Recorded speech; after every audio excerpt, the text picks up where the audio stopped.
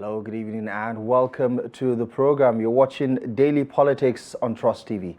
I'm Abdullahi Ahmed. Tonight, the battle for 2027 takes center stage. Coalition talks, defections and surprise visits are shaking up the opposition bloc as political heavyweights jostle for relevance and strategy. From El-Rufai's defection to the SDP to Atiku's high-profile visit to former President Muhammadu Buhari, realignments are underway, but unity remains elusive. And just when it seems the opposition might find common ground, PDP governors declared that there will be no coalition, throwing a wrench into the merger momentum and sparking debate within the party's ranks. Now, to help us break it all down, we will be joined by a PDP chieftain and close ally of former Vice President Atiku Abubakar, Umar Bello Jada, popularly known as Calculate, will be joining the conversation shortly. But first, let's bring you the highlights of the most talked about political interview of the week. The FCT Minister, Nyesom Wike, on the state of affairs within the PDP and the conversations around a coalition ahead of 2027. Have a look. Also not to the effect. It's just a matter of interest. Let me start from those who said they don't want coalition. That is the governors forum. They're not sincere to themselves. They're not sincere to the party. On Tuesday, precisely, I watched Politics Today on Channels Television, where Okumale was interacting with the governor of Oyo State. And after watching that interview, I called the governor of Oyo State, Shirima Kende, who's my friend. I said, listen, I heard what you said, but you know you didn't say the truth as regards to some issues. Fundamentally, you had said in 2023, one of the reasons why PDP lost is impunity. You are right. People who believe that they have all it takes and so refuse to respect the constitution of the party as regards to power sharing between the North and the South. You are right. And again, now you are also making the same mistake by the impunity of the governors forum. You are repeating the same thing, that what happened in 2023 may likely happen in 2027. If you don't stop this impunity, it will affect the party.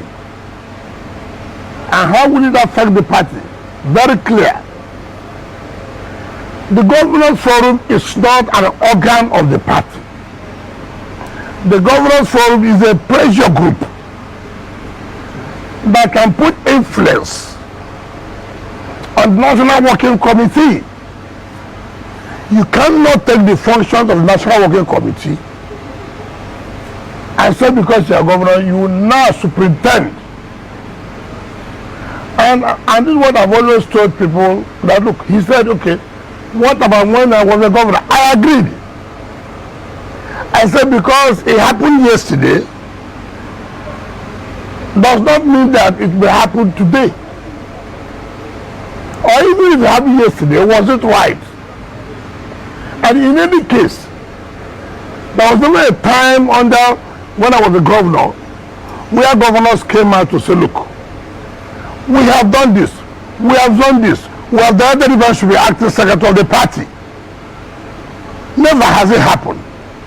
Rather, we will influence what will happen in National Working Committee.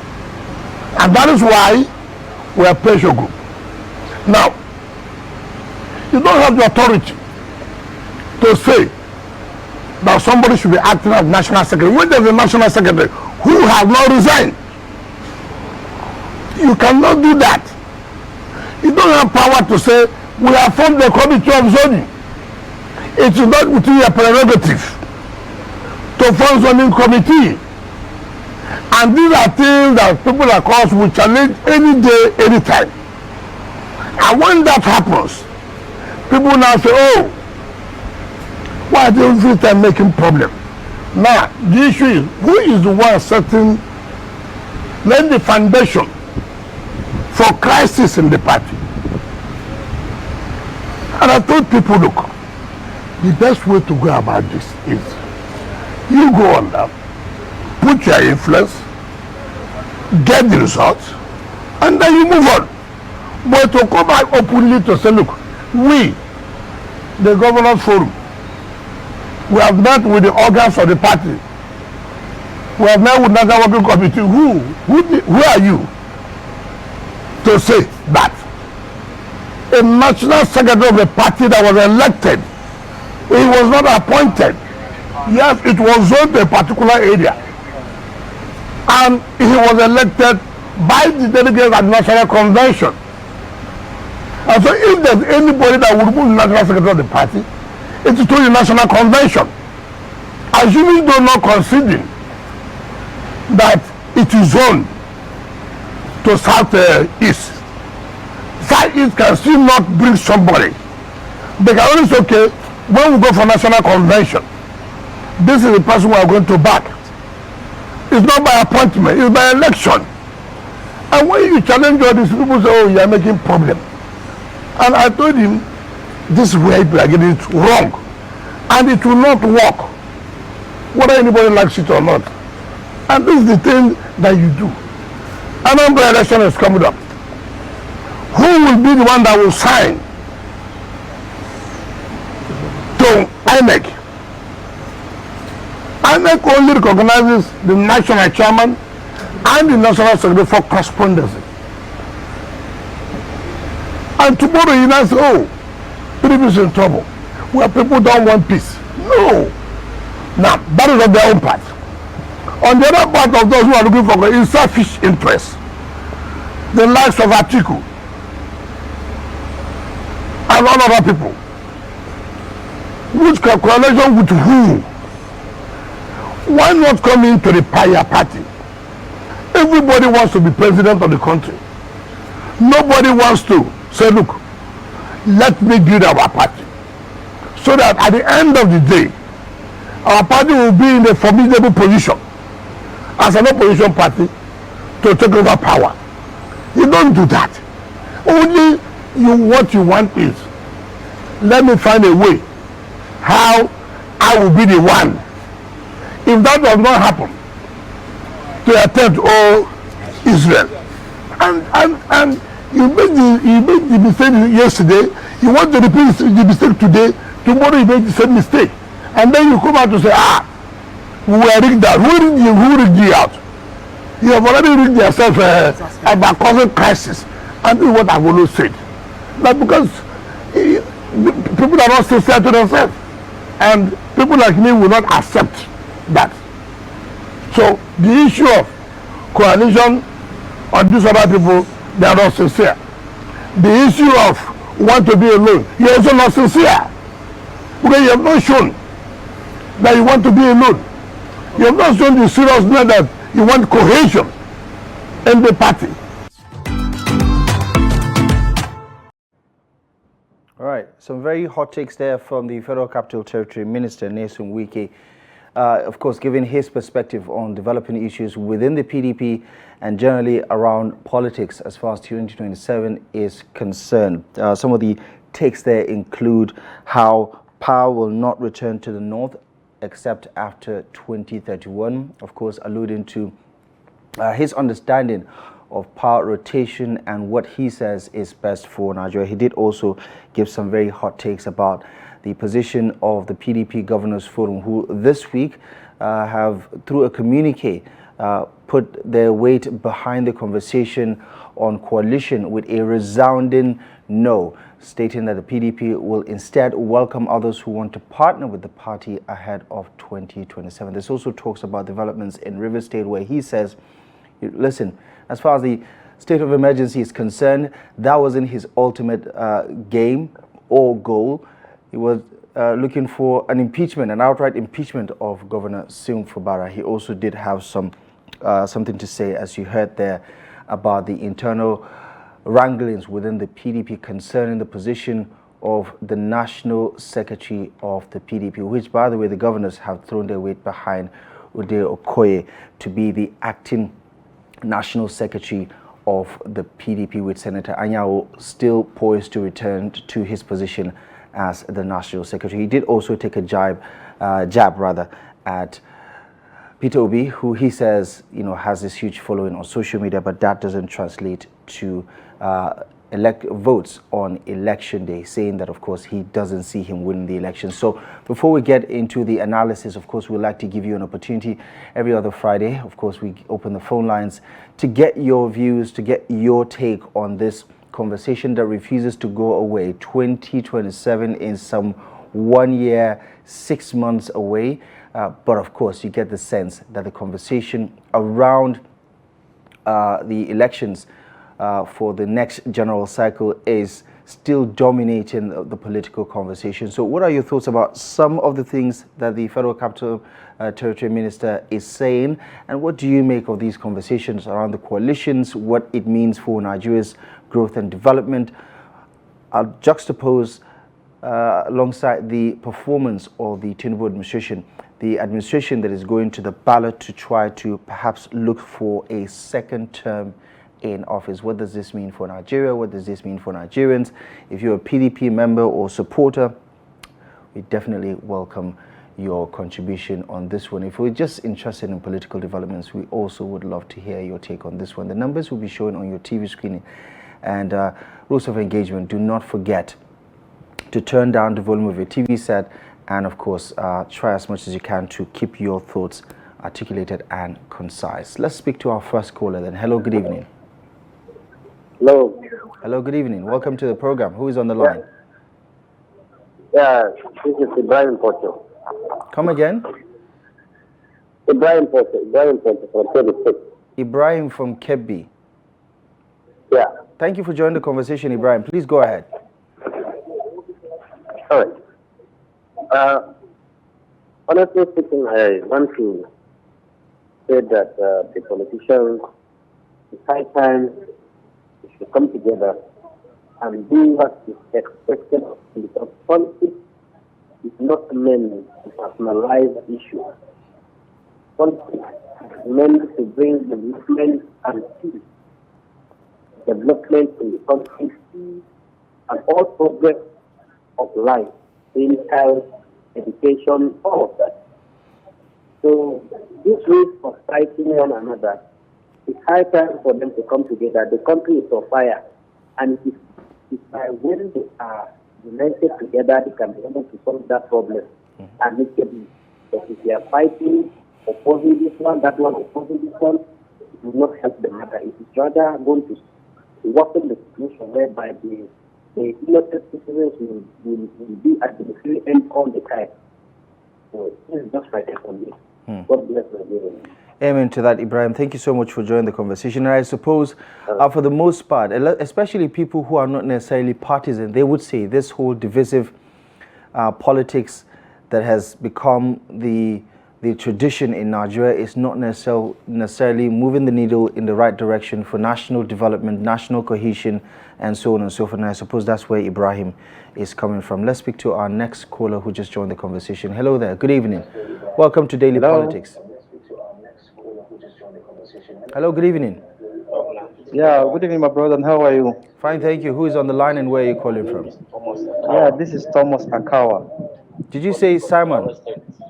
Thomas Akawa. Thomas Akawa. Where are you calling from, Thomas? Yeah, from Taraba State. Thomas, how is Taraba this evening? Mentor for Jalingo, the capital city. Good. Good to hear that. Go ahead, please. Yeah, honestly, I'll be very happy if Tinubu will be going back for the second tenure. Why do you say that?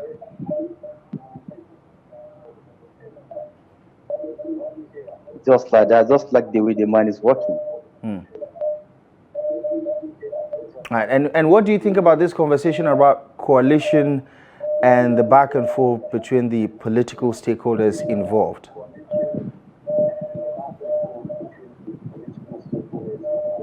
You know, those political leaders, they don't have any good things for us in Nigeria.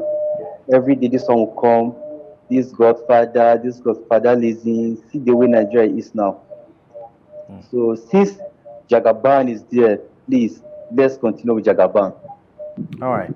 Thank you so much, Thomas, for that take. I appreciate you for joining the conversation. Let's take a couple of more calls and see how much more we can get before we start the conversation here inside the studio. Yeah, thank you so much, Thomas. I appreciate you for joining the call. You're welcome. Conversation. All right. Let's get and sample some more views and opinions, especially looking at the turbulence of the tumultuous situation within the PDP. It has been one drama after the other, and as you can imagine, one particular individual that is at the center of all of the chaos within the PDP has spoken yet again, giving another perspective to what is happening and what he says is likely going to happen in 2027. Hello, good evening, and welcome to Daily Politics. Who's on the line? Hello, good evening. Hello. All right, I suppose we move on to the next caller. Perhaps it's just poor connection. It happens. Give it another try. We'll spare the next 2 minutes or so to entertain one or two more calls. Hello, good evening. Welcome to Daily Politics. Who is on the line? Hello? Hello, good evening. Welcome to the program. Who is on the line? I beg your pardon. Please come again. I'm Comrade Balarabe Musa Kagara. Did you say Samuel? Balarabe Musa Kagara. Balarabe Musa. Apologies for that. Where are you calling from, Balarabe? From Niger State. From Niger or Yobe? From Kagara, Niger State. Okay, Niger State, Kagara. Thank you so much for joining the conversation, Balarabe. Go ahead, please. Okay, what I have in my mind about this coalition, if they will do this as it is, they will be able to deal with tinubu. But without that, nothing can happen. Because if the problem is between Atiku and NLPP, Nelson Wike? NLP or that one from Kano. Right. Right. So this is the problem they have. What they want leadership. This leadership they want, that is their problem. If not, they should come and collide and take a good candidate as one of them. So they will become conquer. So that is their problem. If they will go, they will collide and get the one candidate. I know Nigeria will buy their ideas. But without that, no, they cannot do anything. Right. Because people is a devil. You know how to handle everyone. Sorry to say that, but I know that is what you mean. All right. Thank you, sir. Thank you very much, Malam Barabi. I appreciate you for joining the conversation. All right. I'm afraid we're going to have to close our phone lines now and take a short break. Coming up in just a moment, our analyst will be joining the conversation, an ally of former Vice President Atiku Abubakar, someone who has been the galvanizing force around the talks of a coalition. The pushback has been met significantly by the PDP Governors Forum as well as other political figures who simply say it will not work. And of course, there is that conversation about who may likely fly the flag of the coalition to face the likes of President Bola Ahmed Tinubu in 2027. More on that in just a moment. After, join us again. All right, welcome back to the program. You're still watching Daily Politics on Trust TV. Let's bring in our guest now, a political ally of former Vice President Atiku Abubakar.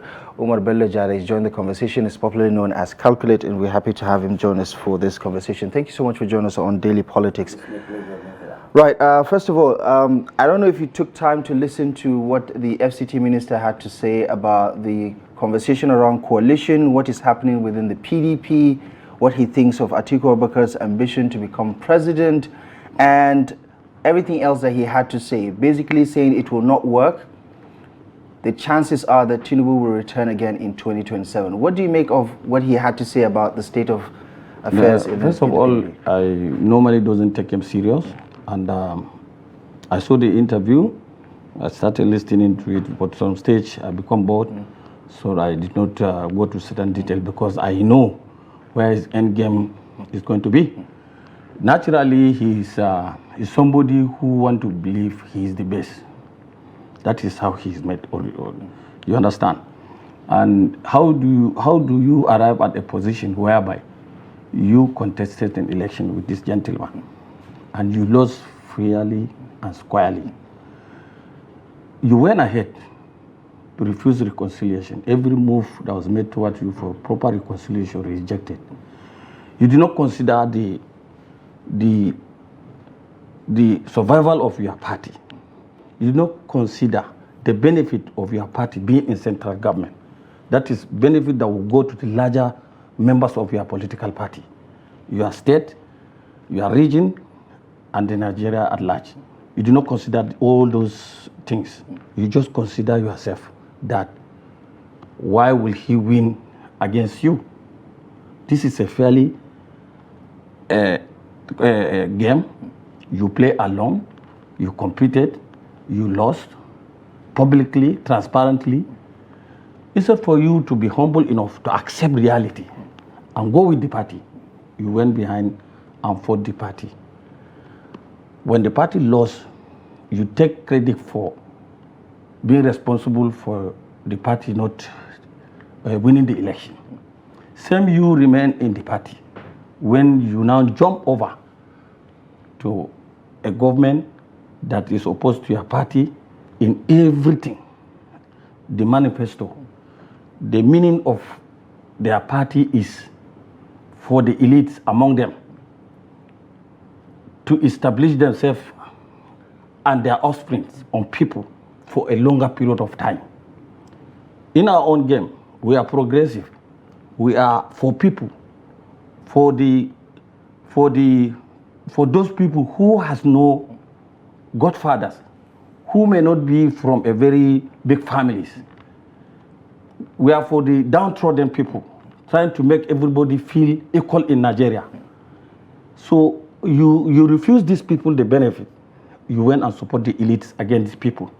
Now, you come back and claim that you are a PDP member still, because fortunately for you and unfortunately for PDP, those who are in charge of the party, both at the national level of the leadership of the party and the leaders of our governors forum, align towards you for 3 reasons. 1, maybe benefit. 2, fear of intimidation, as you always treating them, telling them that you can do and undo in their state. You think the PDP governors are afraid of Nelson? Yes, absolutely. They are afraid of him. That is why when they sat recently, they discussed about how they want to grow the party. They do exactly what they want, what he wanted, minus one thing. Because even that one, they didn't do it because they are trying to deceive Nigerians. They want to do it through the back door. Let me show you, for example. Wike is against Atiku contesting election, for whatever reason in Nigeria. He thinks he has boasted that he's going to deny Atiku chance to contest election again. And for him, I also know PDP is the only party that he believes Atiku can contest election. And he has the hold on the party. And now, already that he has already boasted, he invested heavily in the party on certain unpatriotic leaders within the party hierarchy who accepted his determination to destroy the party in the course of trying to destroy the former vice president. So they discussed about how to grow the party. They said they are not going to support or align in any way with any group or individual or any political party in the names of coalition or merger. They are not interested. This is a party in opposition. This is a party that lost election 3 times and this is the party that is willing to win election, and they know they are living in minus. This coalition, if it will happen along with them, is a plus to the party. It will bring more members. It will expand the party's support base to certain areas that are normally APC maybe or other group or a Labour Party now. But instead, they now come out clearly and say, no, we don't need help. But he has pushed back. He said he doesn't believe the Governors Forum have the right to even make that type of declaration that they are not going to vote on they're not going to be a part of the coalition. This is because they didn't serve his original purpose. He wanted them at this meeting to announce that Anyau Hit-Gostom is the substantive national secretary of PDP. That was what he agreed with them. But on getting there, because there are some people, the majority of the governors who disagree with this, they try to see if they can push it through. The majority of the governors say, no, we can't do that. So, because instead the majority of the governors insisted that they should return Ode. And because they are already on contract with Wike, instead for them to accept the reality, they now decide to say, okay, let's take the middle ground. You say they're in bed with Wike, like with certainty. Like, how sure are you that this is not just speculation? There's nothing like speculation. Let me show you an example. Have you not been seen of recent anywhere that Wike went out to supervise projects? My governor from my state, Amadou Umar Fintiri, is always behind him, supporting him. And he is one of the leaders who sat in that meeting to take this decision. He's somebody that has been coming clearly, both on media, both on print and television, to tell people that he is for Wike, he is with Wike, come what may. You understand? And he is one of the most influential members of PDP Governors Forum. Why? Because he is in firm control of the national chairman, Umar Damagun. So he's just guilty by association because their political friendship or alliance with Wike comes a long way. It wasn't just now. They've been working together since Fintiri became governor, or perhaps even before that. Fintiri doesn't know anything about political alliance or different from ordinary friendship.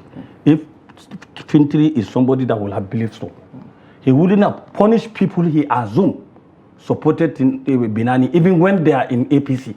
He fought them. He made sure he went to the extent that he destroyed their houses, took over their lands, balkanized the state emirate system and the chiefdom system, just because he believed Binani won on those areas. And in politics, it's a game that you have to accept that there must be people from divergent interests. People must vote for you and will vote for others. You have to accept that as key indices of democracy. Why will you now go against somebody who is a bona fide member of APC, who is supporting his own party or her own party, just because he was able to deliver the party at the ward or local government level, which you now turn the person as a clear enemy that you are going to fault him in total. So somebody with this kind of mindset, how can he tell you that he can be a friend with somebody and have a different political agenda or idea or alliance with him? It's not possible. He has not known that. So you believe that we cannot be, it's impossible for people to be political opponents and still be friends? It can be, because especially if there is a red line between you people. Fintiri, as a governor of Adamawa State under PDP, what he has at stake is he needs to deliver the party in 2027. And in doing that, he wants to be sure that his man, he has been boasting that he's going to select his successor. For obvious reasons. That successor, you can see what is happening in Kogi. If you are lucky to have a very loyal person like the governor of Kogi, he will fight and die for you. If you are not lucky, like Konkoso in Kano or Wike in the Rivers, then you have to start the war. You have to start the battle from the home front with your successor. So he is trying to build in a structure that will bring in a successor of his own wish, of his own choosing. You understand? Now, how can he succeed in electing the successor under PDP if that PDP is being destroyed. But is it not fair to say that the PDP is going through is suffering from a self-inflicted injury? Because it's not just one governor, it's not just one body, it's not just one individual. You look at the recent comments by the Akwa Ibom Governor Eno, who doubled down on what he said. And that of Delta. Yeah, that they're going to support Tinubu in 2027. It's safe to say that your party is not united, and you can't blame it on one person. Well, sometimes you give some people that benefit of doubt. Why?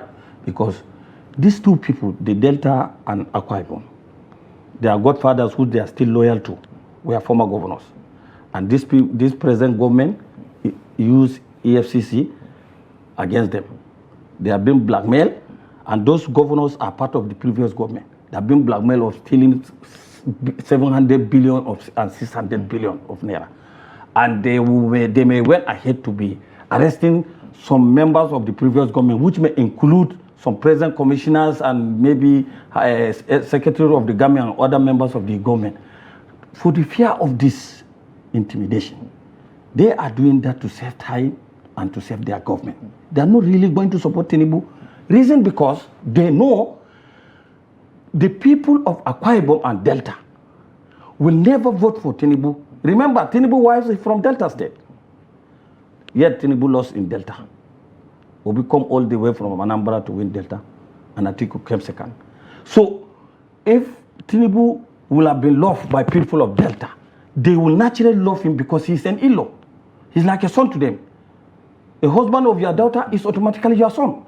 So Tinubu is more of a Delta than Lagosian. But yet the people of Delta rejected him.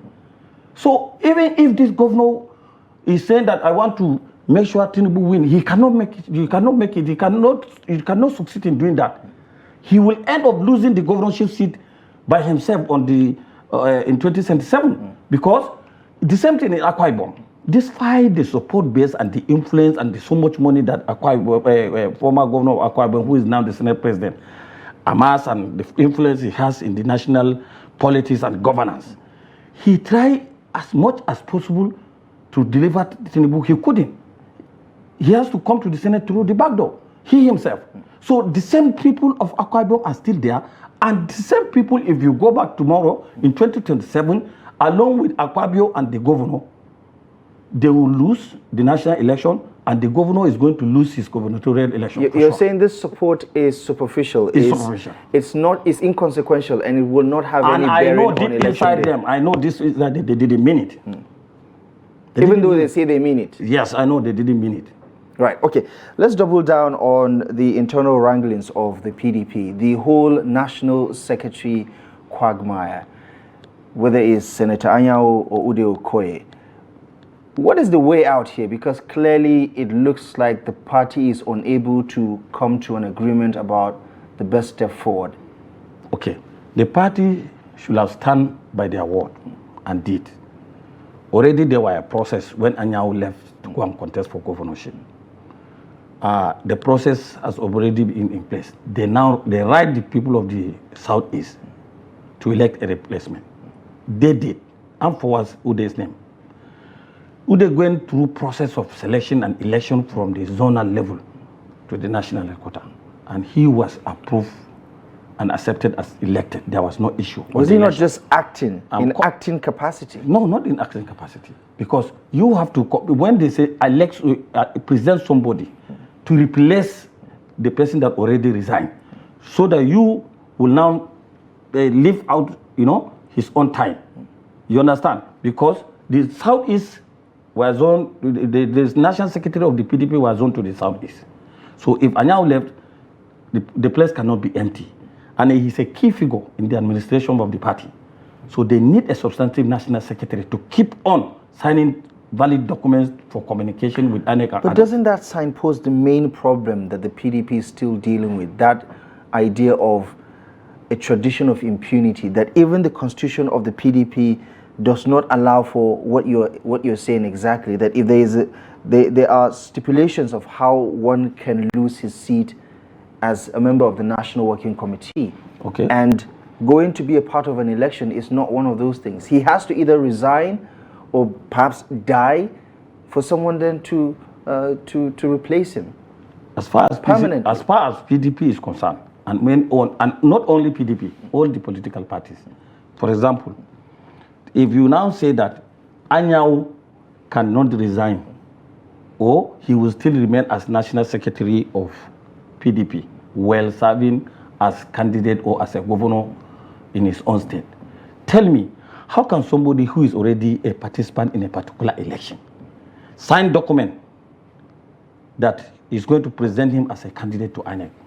Is it morally okay? Is it normal in our own constitution? I mean, can you sign for your promotion and upgradement?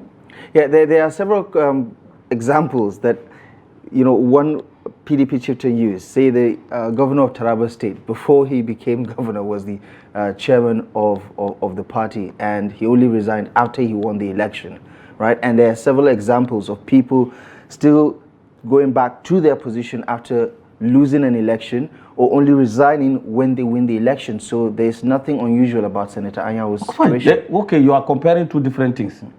A party chairman in a particular state, he doesn't have any importance role to play in terms of what we are saying. There are some duty that are sacrosanct, that somebody, the law of the land, not only of the party, or the law of the land, said there must be somebody in a particular position to deal with these particular actions. National Secretary is far different from other members of the working committee, because a National Secretary is a key member of any document that will come in and go out of party. He must be a signatory to that document to make it valid. A national chairman in a state doesn't sign any document to INEC. He can only sign document and forward it to the state. But administratively, he's the leader of the party, Agreed. Right? Agreed. He cannot be the same with the national secretary. We are dealing with different people. We are dealing with different positions of governance. So, but Anyao's explanation is that, listen, he signed off on someone taking care in the interim. He didn't permanently resign from his position. So the moment he lost the election, he has every right to come back and take over. It is not a right. It may be a privilege. If the party wanted to... He was elected by delegates, He right? was elected and he resigned because he doesn't need the national secretaryship. He prefers now to be a governor. It's his own choice. Nobody forced him. If he had not attempted to become a governor and concentrate on the role that the people of Southwest gave him to come and represent him as the member of the National Working Committee, then it's okay. If somebody tamper with his position, then it will be like an infringement of his right. But he chose by himself to now choose between the two, to represent the people of the Southeast at the National Working Committee, or to represent himself, as a governor in his own state. And becoming a governor is far better for him. He chose and he left. He said he left and left somebody to act on his behalf. Can the party remain under acting forever? It's safe to say Damagun has been acting for quite some time now. But Damagun was acting because of the impunity and the lapses we have in our judicial process. Thank God, the Supreme Court has now cleared everything. How can somebody who is a deputy national chairman in a party, who is in acting capacity, now go to court or use somebody like we can go to court, and they now get an injunction saying the National Working Committee should not remove him. There should be no NEG meeting to remove him. That all these organs that are supposed to be the one that will now set a date and structure and arrangement to elect a substantive national chairman, they went to the court and get an injunction, you understand, and block that chances. Are you saying that the system is against the PDP? Yes, exactly. That is effect of power of incumbency. That is why PDP will have loved to take over government, because you cannot be everywhere, even in America, anywhere in the world, there is this factor of power incumbency. Remember in France, there was an election. Macron party lost. The people elected their prime minister. The president chose to elect his own and saw him as prime minister. Because even in the advanced world, power of incumbency is so strong anywhere, especially in the third world. So they now use the influence of Wike in APC and APC government. Because what he is doing in PDP is in their own interest. Making sure PDP is destabilized, disorganized. You understand? And the people that are in PDP should lose focus and lose interest in the party so that they can become prey for the APC to pick on one by one, whether by appointment or contract or intimidation or one thing or the other. That is it. Okay. Unluckily for them, even when they are causing this damage, people did not consider APC as an alternative place to go, even with the benefits that will be attached to it. People now choose instead to go for coalition and coordinated alliances to unseat the government. Right. Okay, we're going to talk about coalition in just a moment, but let's talk about the optics, how this looks to Nigerians, as Nigerians are seeing all of these things play out day in, day out. Do you think your party is such a mess right now that you cannot inspire people to vote for the PDP in 2027? Absolutely. PDP cannot survive even before 2027 as it is now. The only survival strategy that remains for PDP is to go into coalition. You understand? You're saying coalition is not an option. It's a must. That for PDP, it's not an option. It's a must for the party and the leadership in the party and the so-called governors in the party who are headbent on saying that they are anti-coalition or anti-merger or whatever. Their last hope is for them to join the coalition. Reason is very simple. You see, that rigid position has been played by ANPP or APP in the past. From 14 governors, they end up with 3 governors before they now finally go into merger because they know they are going to extinction. PDP should have learned from that experience. When you are a minus, when you are living in minus, you understand, you have to know how to act. And the only way for you to act, people belong to different political parties. Those people that are in APC, especially key players in APC who are the CPC bloc, they want to leave PDP. They want to divorce from that marriage of what convenience now is now becoming a marriage of inconvenience. They are now seeking divorce. They are leaving. Well, some of them say they are not. Not when you say this one person that he is angling to become the national chairman, what do you expect him to say? He is plotting and planning to take over. He wanted something, so he has to do that. That is irrelevant. We are talking of those people that are in charge of the group. They want to leave APC. They can't join PDP. They can't because they know there is no future in PDP. But if PDP can come along with them, SDP, maybe Labour and other parties, force a coalition and possibly not alliance, possibly a merger. A new political party will be born, and where everybody will feel equal, where everybody will become comfortable, and where everybody will invest everything he has to prove, yes, he is a worthy politician. And that's where PDP is going. Because for them to say, no, we want to stay out. Where do you want to stay out to do? What do you want to do? You said before the 2023 election, how many governors did they have? More than 12. Today they say 12. Next election, they won't have more than 2-3 governors. So by then they are going into extinction. Why will they commit suicide when there are chance for them to survive? Right. So let's double down on that coalition, right? Some say this whole thing, as galvanized by the former vice president, is targeted at him taking the flag ahead of 2027. That is pushing for this because he's angling to become the presidential candidate of this coalition. And for some people, they do not want to accept an already predetermined situation. Do you think that that is a fair assessment of what is happening with this whole coalition talk? One, you have to, let me tell you one thing. Even in religion matters, everything that you can think of, even if you want to marry your first cousin, some people within the family will say no, both from your own side and from the side of the lady. Naturally, there is never going to be an unanimity on any issue that will bring value. Some people naturally oppose, but what matters is to see the number of those who are opposed and those who are in support. You understand? If those that are in opposition are a minority of minorities, then you allow them to say what they want to say. Then you, the majority, will have your way. You understand? And that aside, the issue of predetermined position is like, okay, let's go back to history again. I told you. You know what happened in the Second World War? There were people in charge. But because of the nature, the magnitude of the damage, the capacity and the stubbornness of Hitler, people they now say, okay, in this our generation, it seems like we are not going to fight this man. Let's go back to history and see who do we have in the past. That's where people like Charles de Gaulle came in, because of their experience, because of their capacity. Even though they are old, but they are still strong. They came back, wear their military general uniform, went to war, and won the war. That is what is needed now. You are fighting somebody that he is the law today.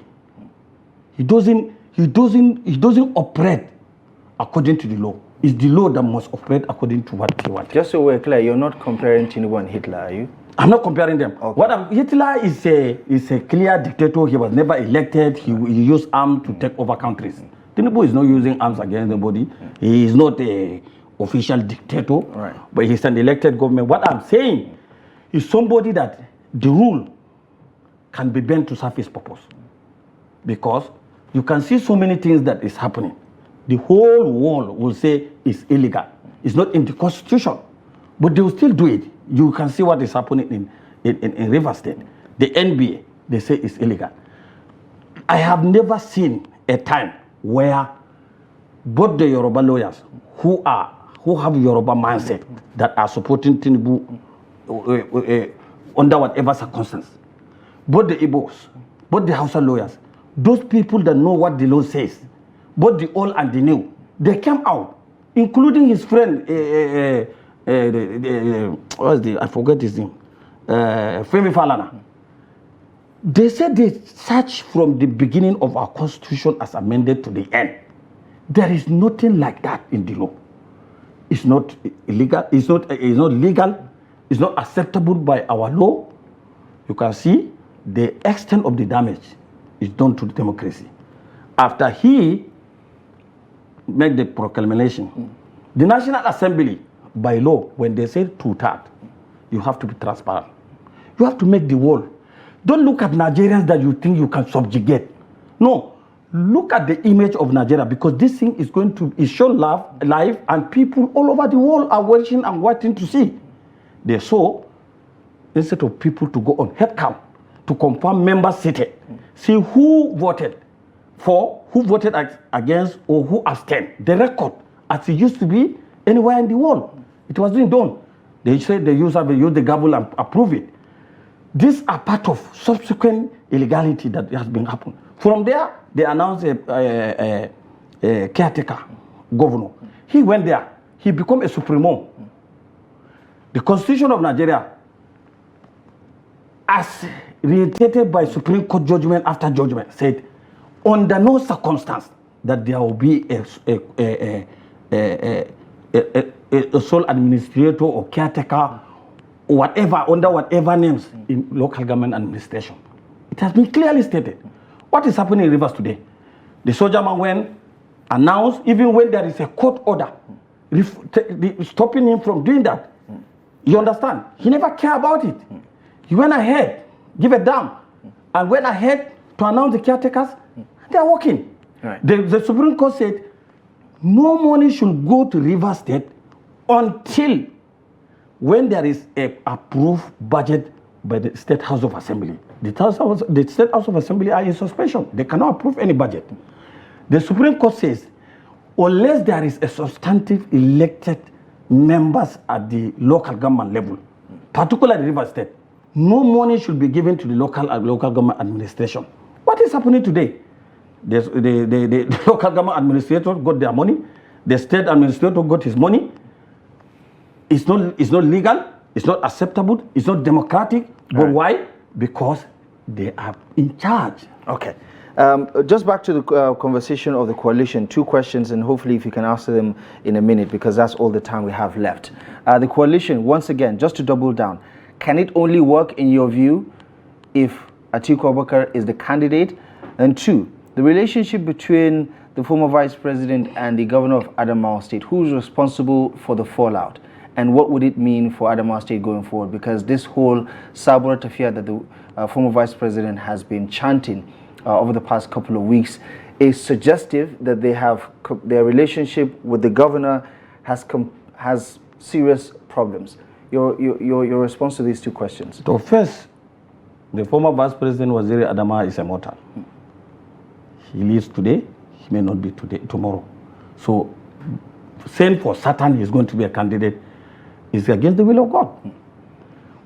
He, as individual, he may have that ambition, but the group that comes together as coalition has to elect.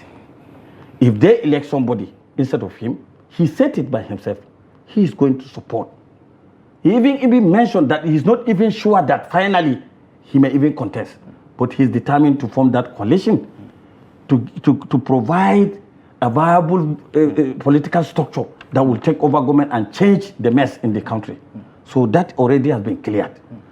The issue of the difference they have, or the disagreement they're having with the governor of Adamawa State is just simple. The governor of Adamawa State become a governor by the grace of God and by the support of Waziri, both from the first and the second election. It's clear. He knows everybody is open. It's not something that is secret. And on record, there was never a time Atiku asked for favor from the governor of Adamawa State. There was never a time. Whether a favor of a contract, give somebody, or give me, or give somebody money, or gives me money, he has never done that. And he has never interfered with the administration of Adamawa State for any reason. Even during that balkanization, people are coming to him to insist that he has to speak to the governor. He said, I'm not the governor. Fintiri today, he is the governor. He knows what he's doing. He knows what he wants. I cannot change his mindset. Right. So by talking to him now, like I'm interfering with his plan, that will not stop him from doing what he's doing, and it will create a kind of reason for him to say, I am trying to impose my own will on him. So I won't do that on record. I don't want to have the record of me saying, Mr. Governor, please do that. If I help you to become a governor, I do not interfere with the way you run your administration. I do not ask for any favor from you, even though I have the right as a citizen, not even as your boss, to ask for favor. I didn't. If you choose to say, okay, fine, I'm coming. If you choose to now say, because you see an opportunity that you can be a vice president too, or you can go to the national because you are finishing your term, and the former vice president being there is blocking you, the best way is to see how you can eliminate him by frustrating him out of the party, so that you take his position. That is all the reason for that differences. And if you have to give me a yes or no, is their relationship salvageable? No. Okay. I'll let you. Thank you so much for joining us on the program today. I appreciate you very much for the analysis. All right. And that is our show for you tonight. Thank you most kindly for joining us on Daily Politics. We'll be back next week, Monday, live and exclusive on Trust TV. Until next time, I'm Abdullahi Ahmed. Good evening.